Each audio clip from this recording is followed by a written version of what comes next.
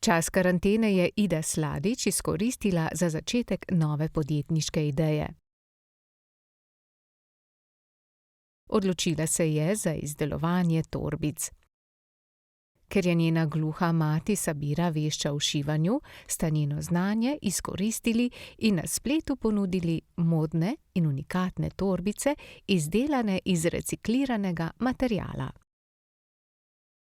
Sabira se je kvačkanja in pletenja naučila v mladih letih od svoje mame, Ida pa se je ročnih spretnosti naučila od svoje mame Sabire. Tako se je znanje preneslo iz roda v rod. Pri izdelavi torbic sodeluje vsa družina.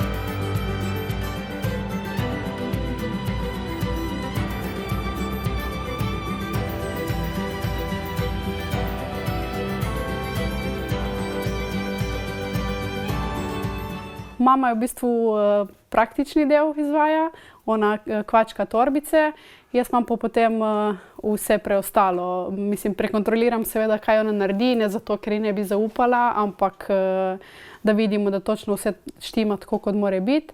Jaz imam potem šivanje blaga, lepimo kdaj skupaj, ampak večinoma časa jaz. To je recikliran material iz velikih tekstilnih industrij. Te tekstilne industrije šivajo verjetno obleke, ostanke, potem ta firma, s katero mi naročujemo, prevzame te ostanke in jih predela v te kolute. To so te koluti. V bistvu je bombaž, ki ima, nekatere so malo bolj elastične, ene malo manj, ampak večinoma je 90% vse bombaž.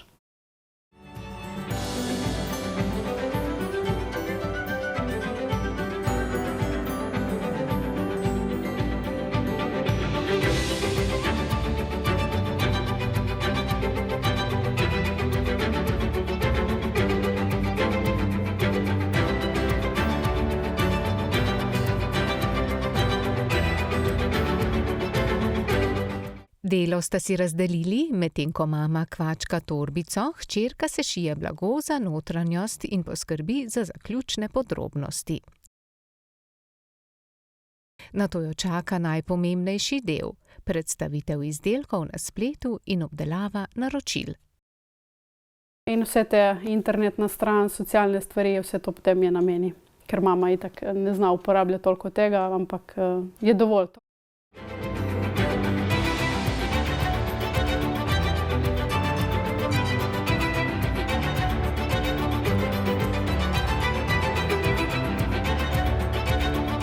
Podjetje so ustanovili novembra, 7. decembra pa so odprli spletno trgovino z blagovno znamko 7692. In kaj te številke pomenijo? V bistvu je na telefonu, v starih časih, ko se je za besedilo moglo tipke na številke na telefonu tipkati, če se gre pod številko 7692, pride ven beseda roža.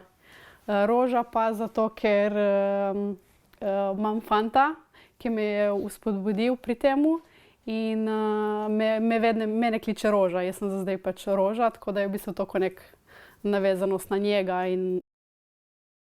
Unikatne torbice različnih barv lahko najdete na spletni strani www.madeby7692.com.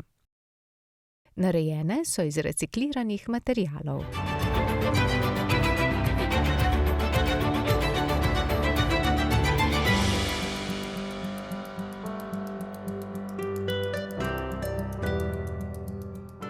V bistvu razmišljam, ful sprašujem punce na Instagramu in na socialnih omrežjih, kaj iščejo, kaj rabijo, ne. Pač treba je vedeti, kaj hoče kupec, ne. Treba njega vprašati, kaj si želi, večje, manjše, nahrbtnik, širok pas, ne.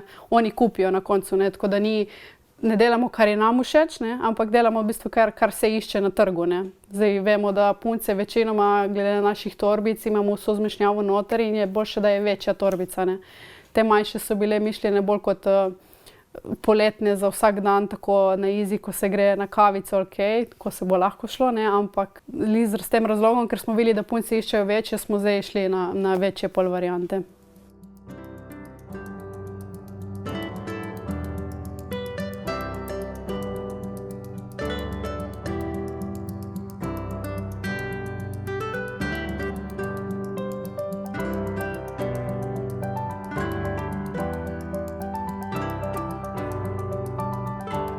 Ida si na začetku podjetniške poti ni predstavljala, da bo po njihovih unikatnih torbicah toliko povpraševanja.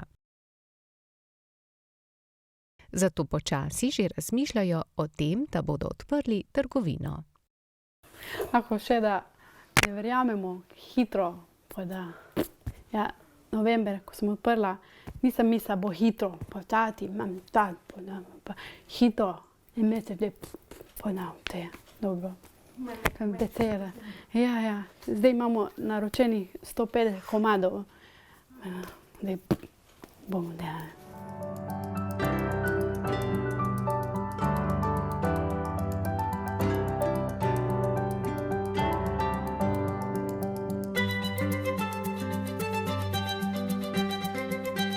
Mogoče kakšno showroom odpreti, da bi v bistvu imeli tam vse naše izdelke in da bi tam imeli nek prostor za izdelovati torbice, kjer bi lahko stranke prišle in v bistvu res točno po naročilu izbrali barve, ki jo vidijo v ponudbi, blago recimo, ki bi ga dali noter, verigo, pasove, da bi bil res nek tak majhen butikec, no.